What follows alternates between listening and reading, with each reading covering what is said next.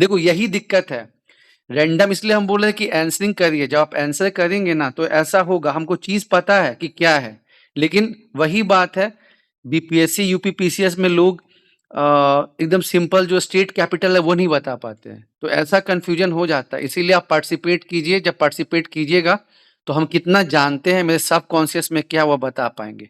ठीक है, विनय कंफ्यूज हो गया नीति आयोग के साथ।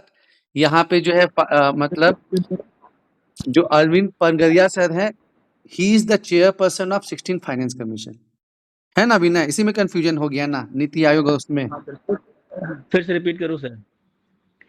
हाँ, ठीक है, बोलो बोलो बोलो।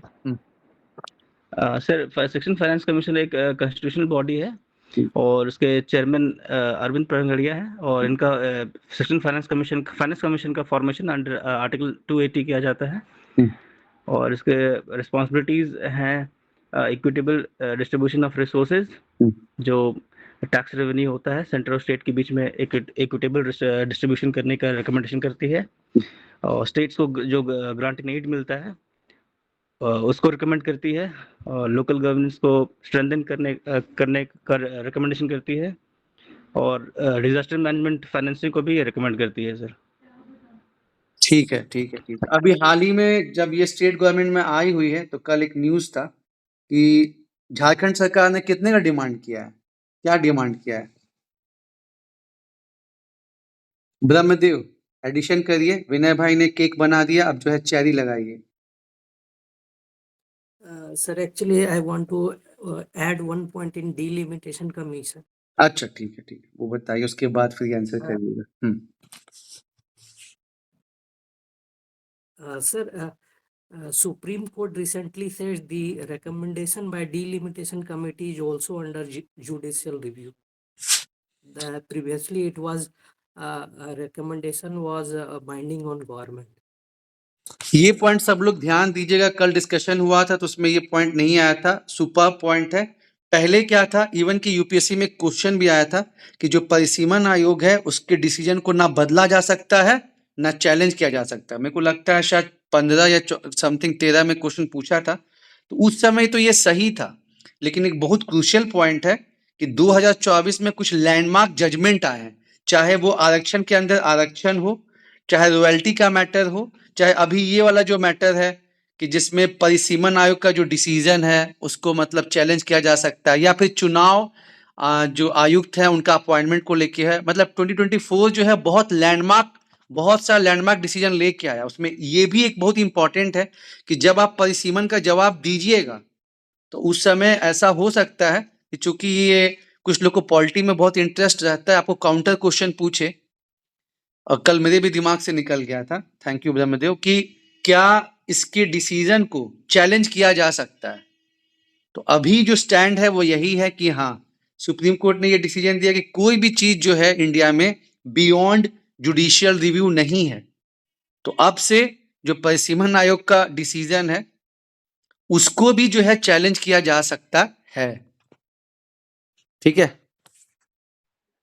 सर, कॉन्स्टिट्यूशन भी अमेंड करना पड़ेगा सम पार्ट, क्योंकि आर्टिकल 82 में ऐसा लिखा गया शायद नहीं नहीं नहीं, उसमें बस जिक्र है कि इसका बस परिसीमन का बस जिक्र है, ठीक है, कि परिसीमन करवाना है। बाकी जो होता है ना कुछ चीज, जैसे बेसिक स्ट्रक्चर का था कि बेसिक स्ट्रक्चर जो है ये सब चीजें आई, मतलब अनसेड रूल है, लेकिन सुप्रीम कोर्ट के अलग अलग डिसीजन से हम कंसिडर करते हैं कि फेडरलिज्म हो गया, इंडिया एक पार्लियामेंट्री फॉर्म ऑफ कंट्री है, ये सब चीज जो है वो बेसिक स्ट्रक्चर में आता है, भारत सेकुलर कंट्री है। तो वैसे ही कुछ कुछ चीज जो होता है वो सुप्रीम कोर्ट के डिसीजन से होता है, तो उसमें बस परिसीमन का ये जिक्र है परिसीमन आयोग का, तो उसमें सुप्रीम कोर्ट ने क्लैरिफाई किया है, जैसे पॉकेट वीटो में क्लैरिफाई किया है कि जो गवर्नर है वो मंत्री परिषद के डिसीजन से बाउंड है, उनका अपना कोई डिस्क्रिशन नहीं होता है। जो हम लोग पढ़ते थे ना कि गवर्नर के पास भी पॉकेट वीटो होता है, जैसा मन चाहे वैसा बिल के साथ कर सकता है। तो उस पर पहले मिनिस्ट्री ऑफ होम अफेयर्स ने 2016 में ये क्लियरिफाई किया था कि आपको 3 महीने के अंदर जो है बिल्स को क्लियर करना है। और जब अभी द्रौपदी मुर्मू मैडम ने पूछा कि कैसे आप लोगों ने 3 महीने का टाइम पीरियड सेट कर दिया, तो सुप्रीम कोर्ट ने क्लैरिफाई किया कि मैडम ये हमारा इनोवेशन नहीं है, ये आप ही का जो गवर्नमेंट का मिनिस्ट्री ऑफ होम अफेयर्स का 2016 का नियम है उसमें ये मेंशन्ड है 3 महीने वाला। ठीक उसी तरह 2024 में ये सुप्रीम कोर्ट ने अपने जजमेंट में कहा कि जो परिसीमन आयोग है उसका डिसीजन बियॉन्ड जुडिशियल रिव्यू नहीं है। ठीक है, इसको आप लोग एक बार देख भी लीजिएगा, क्योंकि जहां तक मुझे पता है कि वहां पे बस मेंशन है कि आपको परिसीमन कराना है हर जनगणना के बाद। अच्छा बोले ना, बहुत सारा जो है लैंडमार्क डिसीजन हाल फिलहाल में सुप्रीम कोर्ट का रहा है, खासकर अभी से लेके पिछले 2 साल में मान के चलिए कि बहुत ज्यादा लैंडमार्क डिसीजन रहा है। ठीक है ब्रह्मदेव, ये तो बता दिए, अब बताओ उसी क्वेश्चन पे वापस आते हैं कि जो 16 कमीशन की टीम जो अभी आई हुई है, क्योंकि क्या मैंने आपको बताया कि न्यूज़पेपर एकदम फर्स्ट पेज पे सबसे पहला हेडलाइन वित्त आयोग डैश डैश डैश, तो कितना का डिमांड किया गया है? सर अपडेटेड नहीं है सर इसके। अच्छा ठीक है, कोई बात नहीं, कौन बताएगा?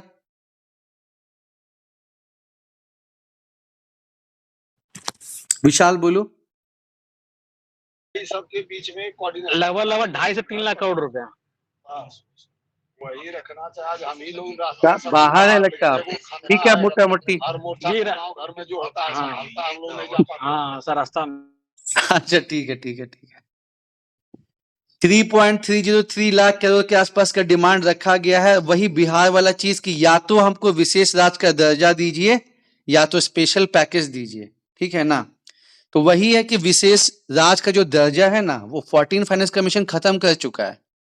कि पहले ऐसा था कि जैसे अगर आपका अंतर्राष्ट्रीय सीमा लगता हो, अगर आपके यहाँ ये पूछा जा सकता है कि किस बेसिस पे स्पेशल राज्य का दर्जा दिया जाता था, तो या तो आपका अंतर्राष्ट्रीय मतलब या तो नहीं, उसमें से 3-4 क्राइटेरिया फुलफिल करना होता था कि आप तो अंतर्राष्ट्रीय बॉर्डर लगना चाहिए, आपके यहाँ जो सोशल इकोनॉमिक कंडीशन है वो ठीक नहीं होनी चाहिए, 2-3 क्राइटेरिया को फुलफिल करेंगे तभी जाके आपको विशेष राज्य का दर्जा मिलेगा। तो उसको 14 फाइनेंस कमीशन ने खत्म कर दिया है।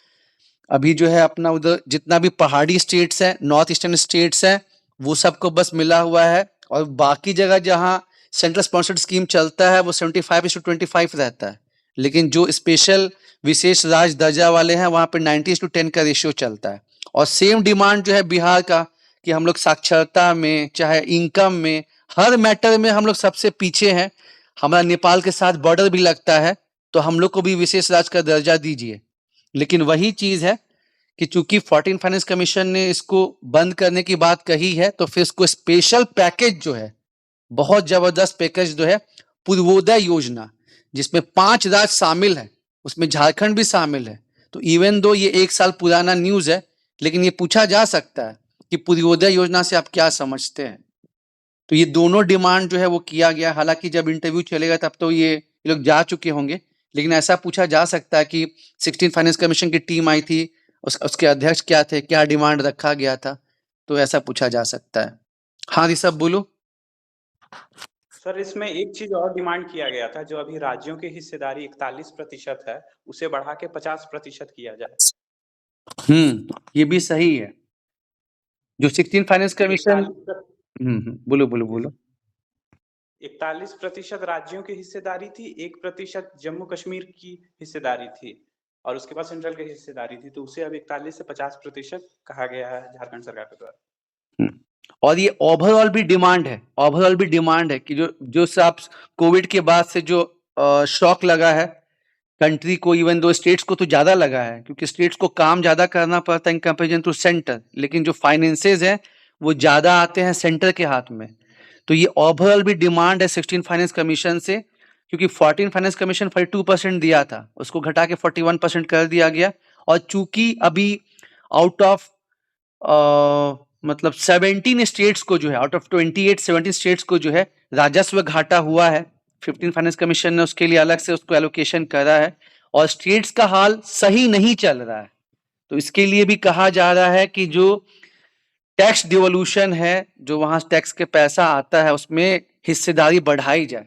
बिल्कुल सही पॉइंट सब। ऐसे ही जिसको जो भी, जैसे ब्रह्मदेव ने परिसीमन आयोग में ऐड किया, ठीक है, ऋषभ ने ऐसे ऐड किया, अमनदीप बोल के बताओ, बोल के बताएगा ना तो और क्लैरिटी बनेगा। मैसेज से कुछ कुछ चीज क्लियर होता है, कुछ कुछ नहीं होता है, तो बोल के अगर बताएंगे तो और क्लैरिटी आएगा। तो कुछ additional point Sunday special add करने का है।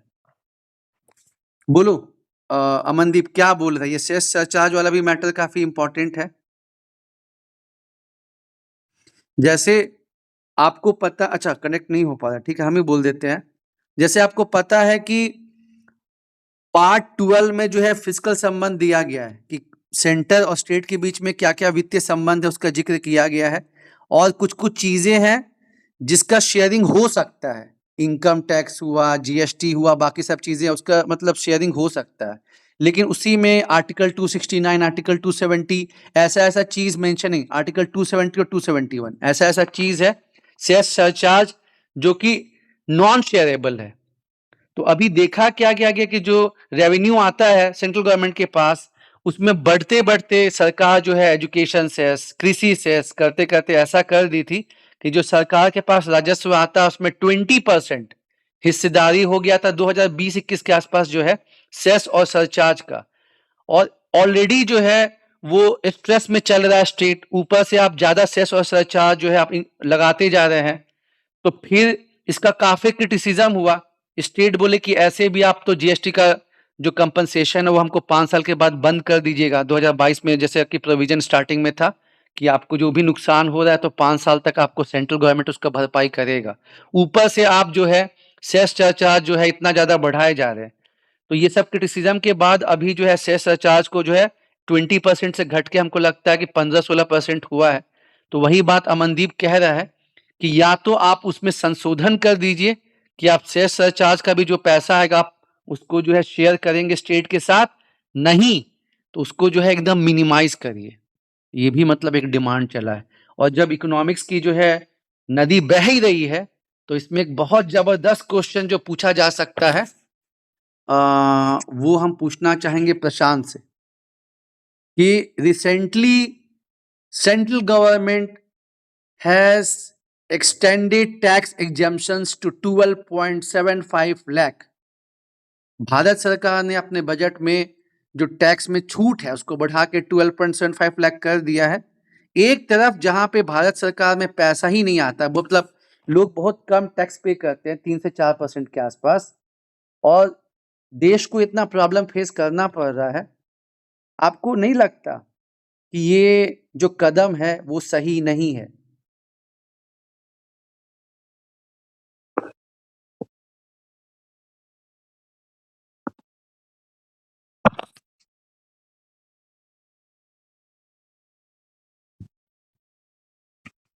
बताइए प्रशांत।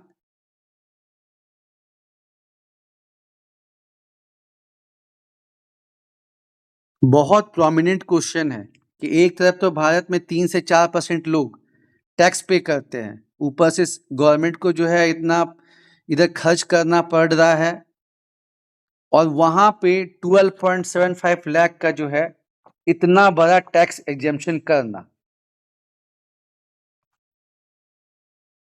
कहां तक ये भारतीय अर्थव्यवस्था के लिए सही है? इसका क्या रेलेवेंस है? चलिए अब जो है विशाल तो जितना बोल नहीं रहा उतना तुम्हारा हल्ला सुनाई दे रहा है भाई।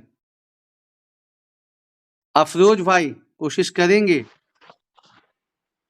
सर इसका मैं रिप्लाई करूं क्या? हाँ प्रशांत यार तुम्ही से पूछ ही रहे हैं, क्या बोलो बोलो बोलो प्रशांत। क्वेश्चन एक बार फिर से बोलेंगे सर? हाँ क्वेश्चन, जीवन भाई ऑडियो ऑफ कर लीजिए है ना, उसके बाद आएंगे आप पे। क्वेश्चन है ना कि एक तरफ जहां भारत में बस 3 से 4% लोग टैक्स पे करते हैं, वहां पे भारत सरकार ने इस वर्ष 12.75 लाख का टैक्स एग्जेम्पशन दिया है। ये कहां तक सही है? इसका मतलब क्या इसका रेलेवेंस है?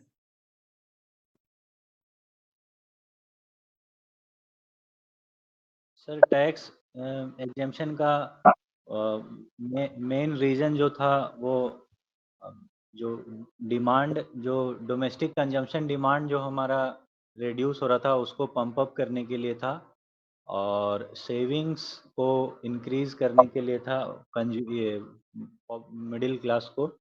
और जिसके तो ये जस्टिफाई है, एक लेवल तक जस्टिफाई है। ओके, जीवन भाई बोलिए। पार्शली करेक्ट है प्रशांत, पार्शली करेक्ट है।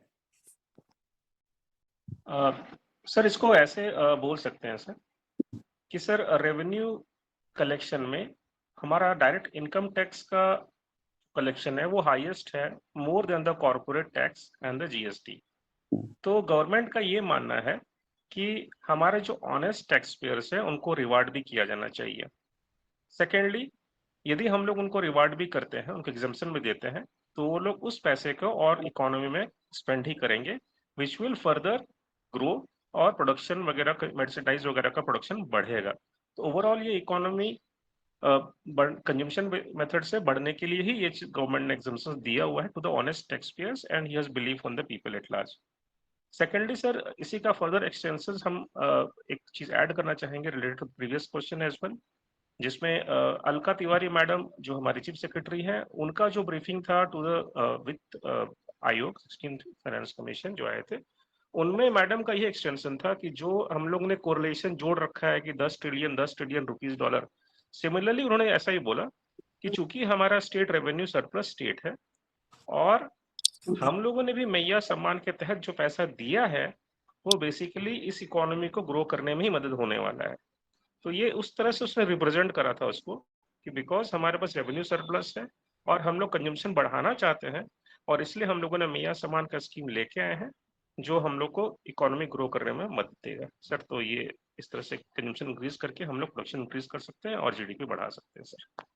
नहीं सही है, जो हम लोग एक्सपेंडिचर अप्रोच है हम लोग का, जो जीडीपी कैलकुलेशन का, उसमें कंजप्शन का 60% वेटेज है। तो उस पॉइंट को बहुत अच्छे तरीके से कि इवन दो हम लोग को कुछ इनकम टैक्स में जो है वो लॉसेस होगा एक तरीके से, लेकिन जब कंजप्शन बढ़ेगा फिर जो है डिमांड बढ़ेगा तो वो इनडायरेक्टली जो है कहीं ना कहीं इसको बूस्ट करेगा जब लोग जीएसटी और बाकी चीजें पे करेंगे तब।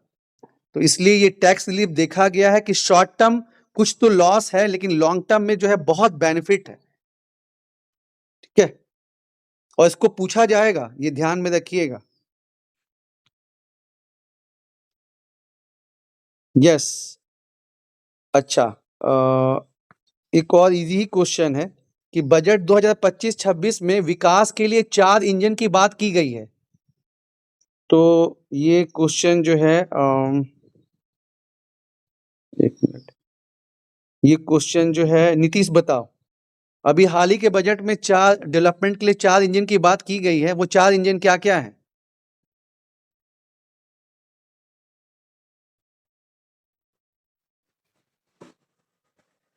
Sorry sir, not able to recall. Okay, Afroz try करना चाहेंगे क्वेश्चन ये वाला?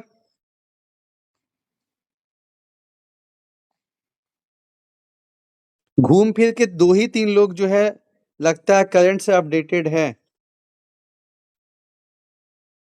उन्हीं का जवाब आ रहा है। विनय,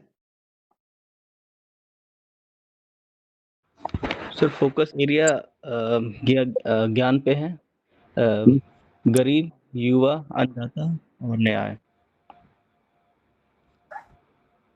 बहुत ही गलत जवाब। ये 4 कास्ट हैं, ये 4 जाति हैं जिनको मतलब सरकार ने रिकॉग्नाइज किया है, गरीब, युवा, अन्नदाता और नारी। मैंने क्वेश्चन क्या पूछा कि 4 ग्रोथ के इंजन क्या हैं? क्या ये वही बात हो गया कि कल की परसों में डिस्कशन हो रहा था कि ऑपरेशन सिंदूर के सक्सेस का कंपोनेंट क्या है, और आंसर क्या आया? सर प्रिसाइशन स्ट्राइक किया गया है, सिविलियंस को नुकसान नहीं पहुंचाया गया है। उसके बाद जो है तो क्वेश्चन सुनना है, रिकॉल करना है और तब जवाब देना है। बजट में 2 अलग अलग बात की गई है, एक तो कास्ट का बात किया गया है, कास्ट में ये हो गया गरीब, युवा, अन्नदाता और नारी, और 4 विकास के जो ग्रोथ इंजन है। एक मिनट देखो, इधर और कोई ट्राई करना चाहता है? एग्रीकल्चर, एमएसएमई, एक्सपोर्ट और इन्वेस्टमेंट। बिल्कुल सही। ये देखो जो मेजर पॉइंट है ना, वो लोग डेप्थ में नहीं जाएंगे, लेकिन जो होता है ना कि बजट आया है, हेडलाइंस जो है वहां से क्वेश्चन पूछे जाएंगे। तो इसको देखना है, 4 इंजन हो गया, 4 कास्ट हो गया, उसके बाद जो ब्रॉडर सीधे हेडलाइंस में दिखता है वहां से क्वेश्चन तो आएगा, वो डिटेलिंग में नहीं जाएंगे, बताइए कैपिटल एक्सपेंडिचर के लिए कितना आवंटन किया गया है, वैसा नहीं जाएंगे, लेकिन एक मोटा मोटी फिगर जो है वो मतलब जो मेन फोकस्ड एरिया है वो ध्यान देना है, ठीक है। और बस रिवीजन चाहिए और कुछ नहीं, क्योंकि अगर नहीं पता होता तो फिर गरीब युवा अन्नदाता वाला भी आंसर नहीं आता।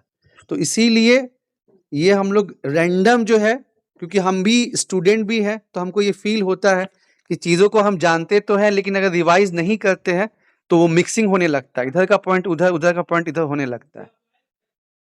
तो ये चीज़ को ध्यान देना है, ठीक है। विनय और बाकी लोग क्लियर है ना कि 4 कास्ट क्या है और मतलब 4 जो है वो ग्रोथ के इंजन क्या है, क्लियर? ठीक है। सर एक बार रिपीट कर दीजिए सर।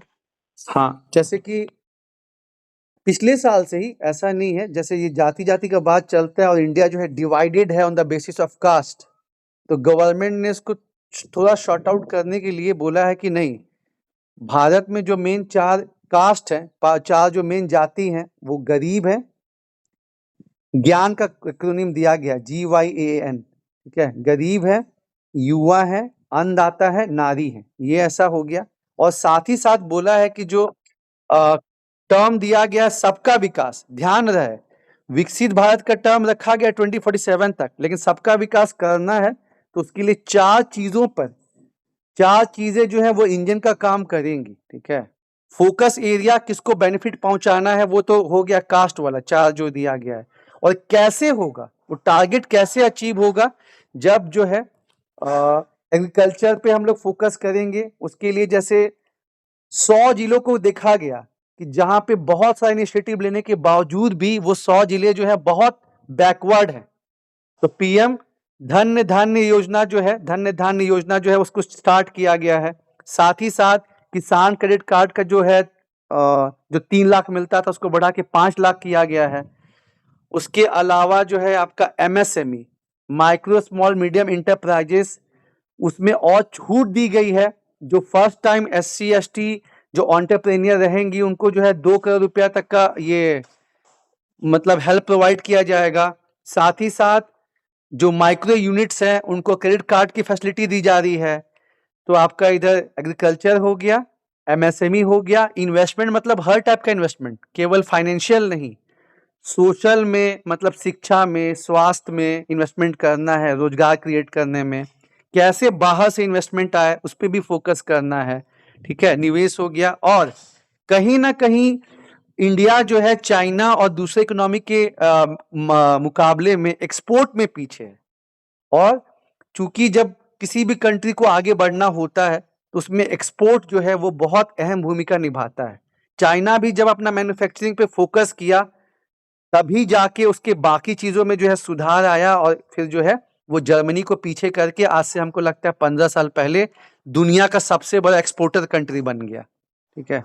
तो एक्सपोर्ट पे भी ध्यान देना है, एक्सपोर्टर्स को अलग अलग टाइप की सब्सिडीज, और एक पहले से चल ही रहा है कि आप आइए एंड मेक फॉर वर्ल्ड, ये सब किया ही जा रहा है, ठीक है। तो ये बेसिक चीजें जो है उसको आपको ध्यान में रखना है, कुछ नहीं करना, बस एक बार आपको देखेंगे ना तो मतलब वो क्लियर हो जाएगा। अभी एक मोटा मोटी आइडिया लग रहा है कि नहीं लग रहा है कि हाँ ये चीजें हैं,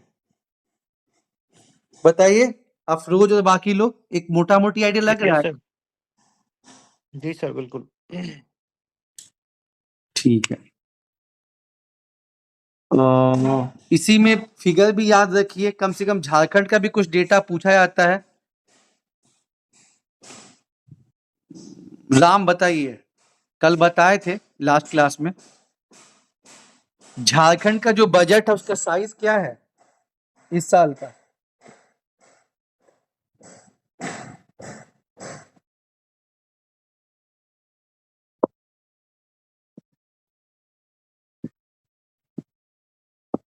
अमनदीप मैसेज करके बताओ।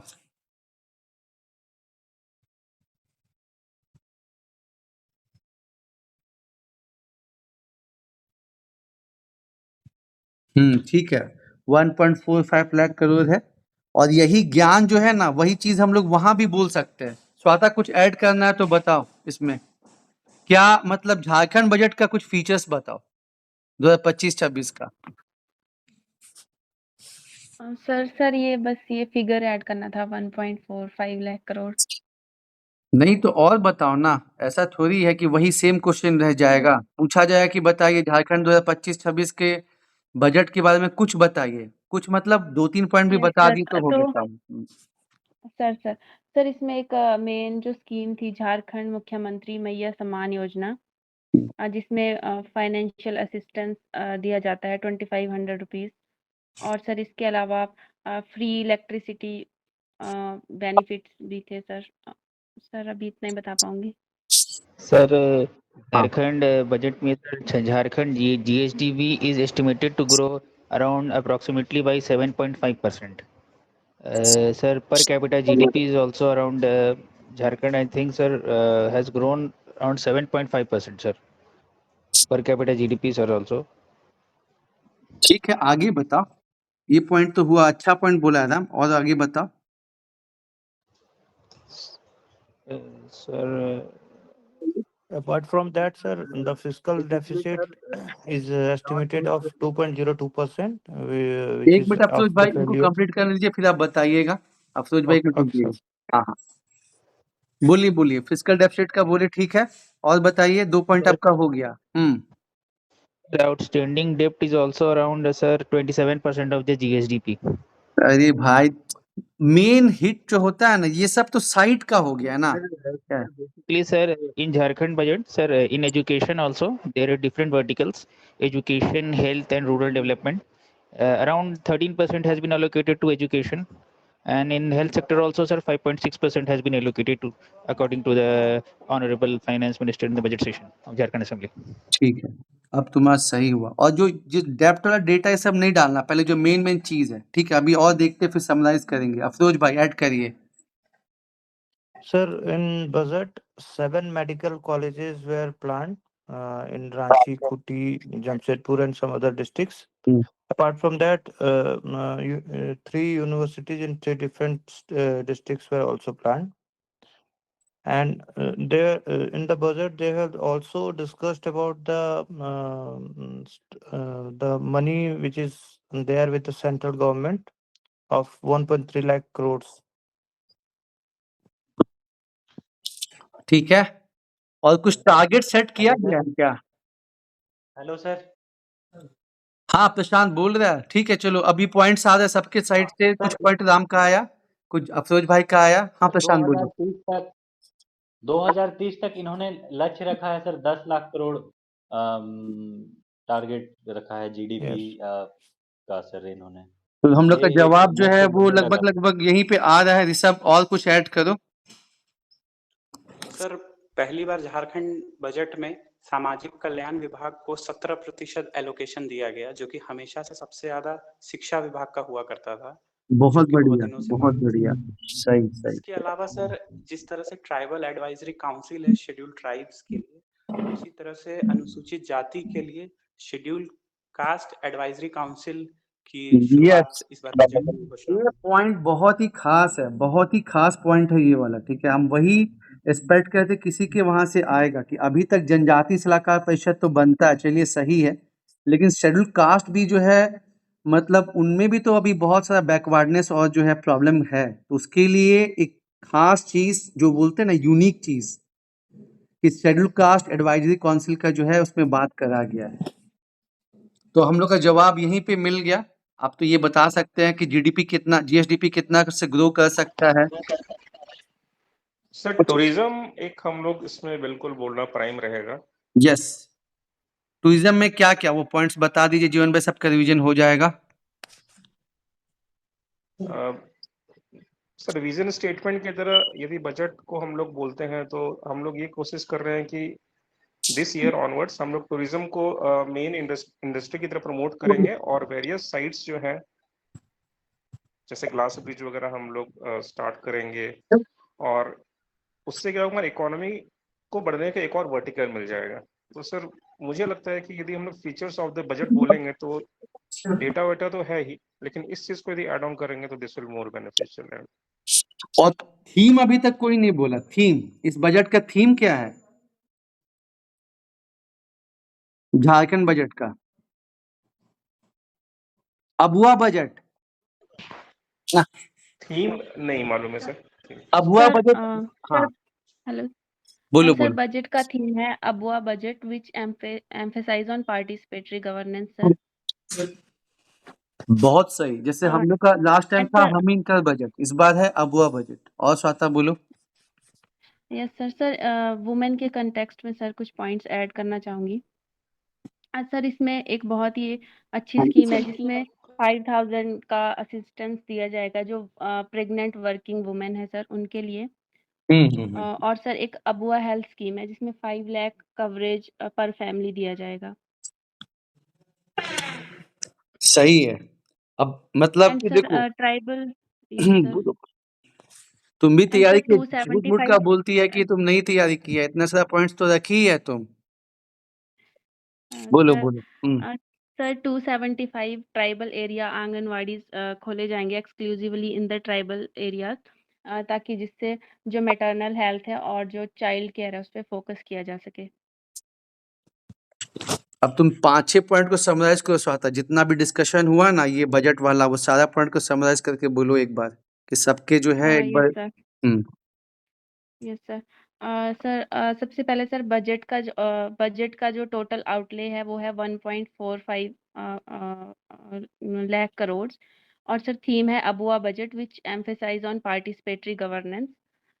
एंड सर उसके बाद ये मुख्यमंत्री मैया सम्मान योजना है 5000 रुपीज पर वुमेन। इसके अलावा जो वर्किंग प्रेग्नेंट वुमेन है उनको 5000 rupees incentive. Apart from that 275 anganwadis in tribal areas. And sir and sir there is one more interesting योजना, किशोरी समृद्धि योजना, तो जो एडोलसेंट की हेल्थ पे फोकस करेगी। तो जो अनीमिया होता है खासकर एडोलसेंट गर्ल्स में उसको हम एड्रेस कर सकते हैं इससे। ठीक है, ठीक है, गुड। चलिए फिर आगे बढ़ते हैं हम लोग। अब आते हैं इजराइल और हमास पे। लगता है सब लोग संडे ही मना रहे हैं, पर वही है, मेरे फ्रेंड की शादी है तो शाम को टाइम आज फ्री था ही नहीं, मतलब है ही नहीं, तो मेरे पास यही टाइम बचा हुआ था। ये क्वेश्चन जो है ऋषभ को जा रहा है। ऋषभ तुमको बताना है कि अभी जो इजराइल और हमास का चल रहा है वॉर, उसका कारण क्या है?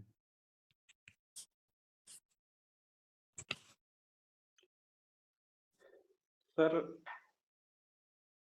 इसराइल और हमास का युद्ध होने के कारण, सर अगर इसको देखेंगे ग्रेटर कॉन्टेक्स्ट में, तो जिस तरह से अमेरिका के सहयोगी देश पूरे पश्चिम एशिया में जो है, वेस्ट एशिया में, उनका जिस तरह से दोस्ती होते जा रहा था, जिस तरह से सऊदी अरेबिया, यूएई, इजराइल सब करीब आ रहे थे और ईरान जिस तरह से आइसोलेट हो रहे थे, तो ईरान को लग रहा था इससे वो अकेला पड़ जाएगा। इस कारण से ईरान का बहुत सारा प्रॉक्सी ग्रुप अलग अलग देशों में काम करता है, शिया मिलिटेंट ग्रुप सब। तो उसने हमास को थोड़ा इंस्टिगेट किया, उसके बाद वॉर शुरू, और उसने हमला किया इसराइल पे, और उसके बाद से ये मामला शुरू हुआ था सर। और इसराइल का कहना है कि जब तक हमास रहेगा तब तक के लिए हम लोग हमला करते रहेंगे, तब तक के लिए हम लोग उस इलाके को आतंकवाद मुक्त बनाने के लिए हम लोग तब तक हमला करते रहेंगे। तो सर इसका कॉन्टेक्स्ट यही था। बहुत अच्छा। आपको लगता नहीं है कि अब इजराइल को रुक जाना चाहिए, जब इतना ज़्यादा ह्यूमन लॉसेस हो रहा है और इतने लोग को, और भी बहुत सारी प्रॉब्लम, ह्यूमैनिटेरियन क्राइसिस जब वहाँ पे गाजा में आ रही है, तो don't you think that Israel should stop now?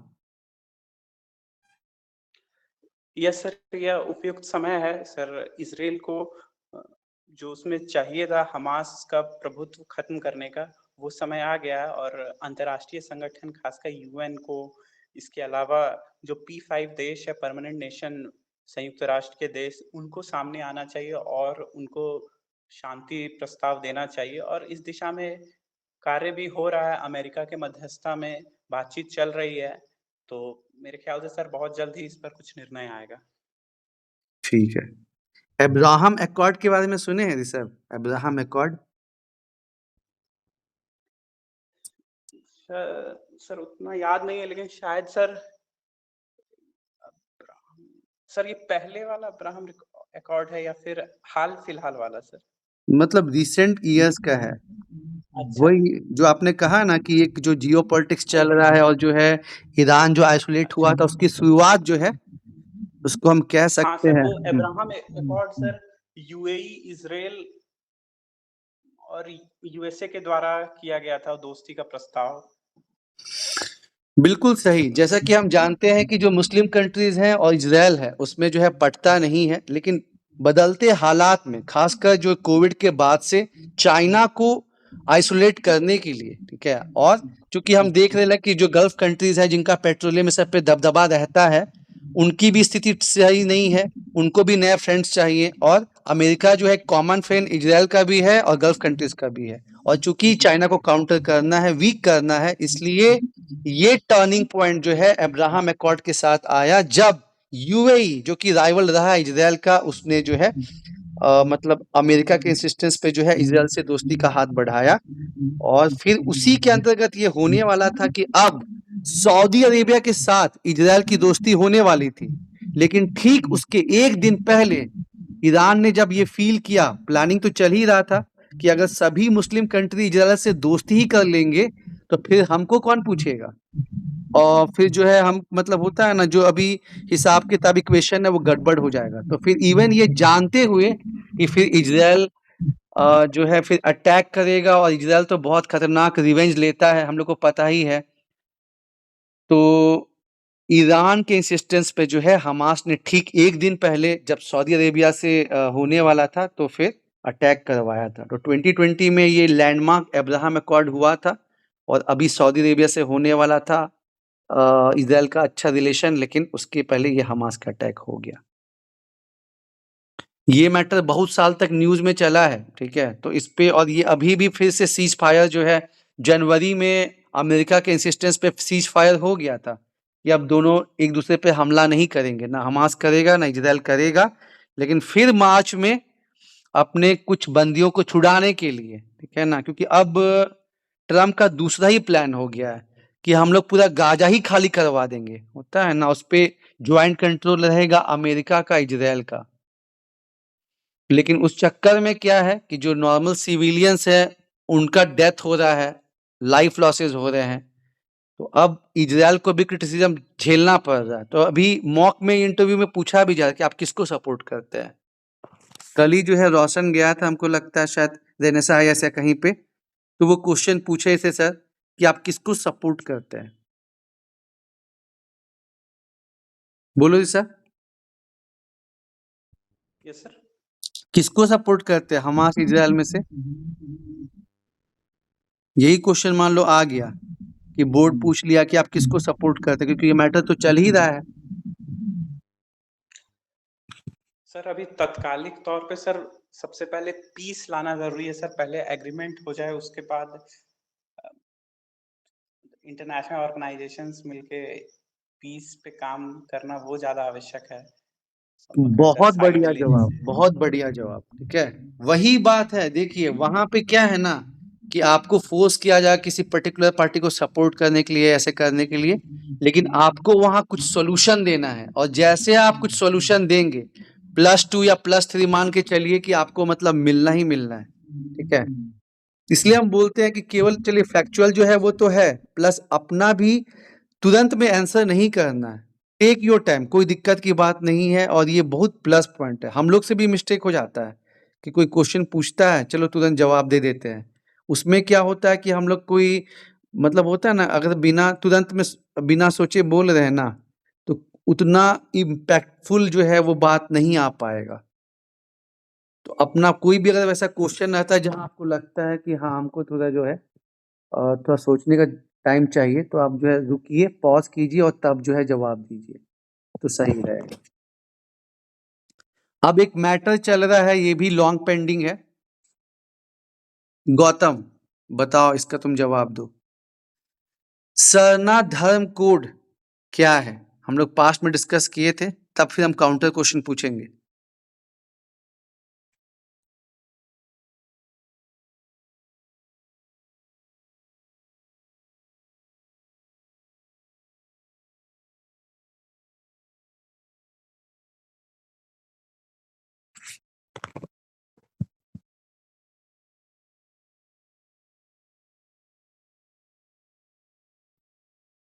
आवाज नहीं जा रहा है क्या?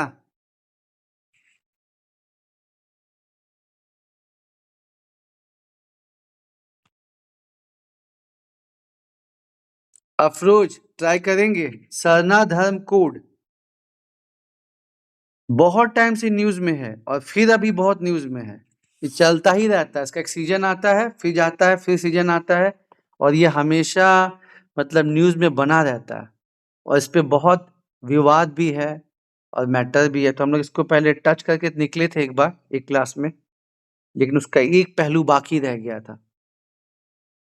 हाँ स्वाता बोलो।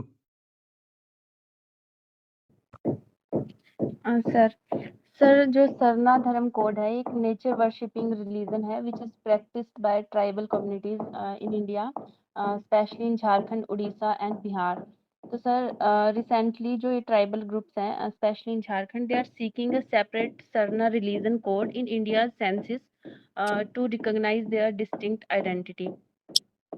और सर क्योंकि जो सेंसेस होते हैं उसमें सिर्फ जो 6 कैटेगरीज है, हिंदुइज्म, इस्लाम, क्रिश्चियनिटी, सिखिज्म एटसेट्रा, तो सर उन्हीं के लिए वो कॉलम होता है, और ट्राइबल्स को अदर सेलेक्ट करना चाहता है। तो इनकी मेन डिमांड ये है कि हमारा जो रिलीजन है उसके लिए मतलब जो ये सरना भी उसमें इंक्लूडेड होना चाहिए, ताकि हमें एक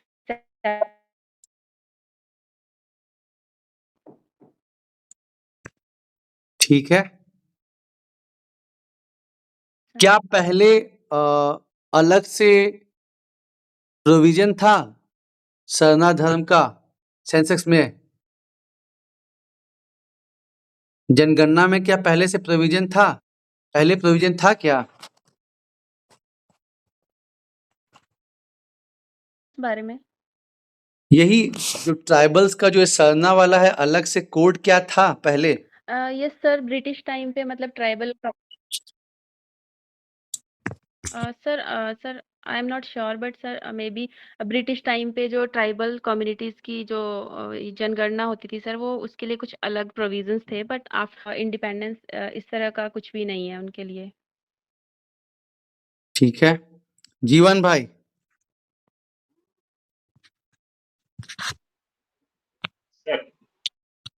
बताइए, क्या पहले प्रोविजन था अलग से जो है उनको आइडेंटिफाई, मतलब उनका अलग से कोडिंग सिस्टम था क्या पहले? नहीं सर, प्रीवियसली शायद नहीं था, मैं भी कहीं पढ़ा नहीं हूँ सर।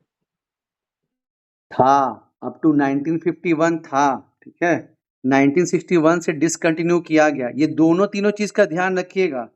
जाति जनगणना भी 1931 तक हुई है, जो मतलब होता है ना, ये जो सरना कोड, मतलब ये जो लोग नेचर फॉलोअर है, इनका भी अलग से कोड था अप टू 1951, और जो है 1961 से जो इसको डिसकंटिन्यू किया गया है।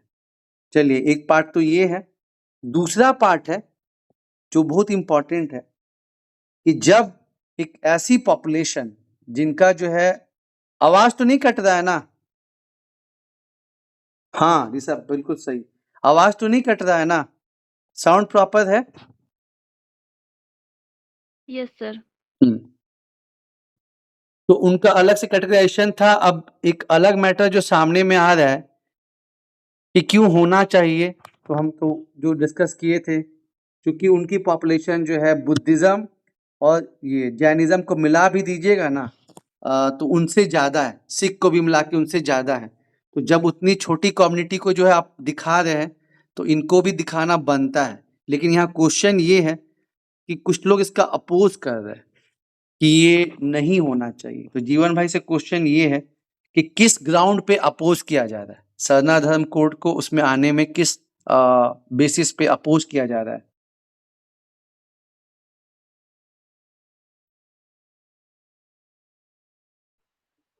सर ये वाला आर्गुमेंट नहीं पढ़ा हूँ सर मैं भी सर। अच्छा ठीक है, ऋषभ है तुम्हारे पास जवाब इसका?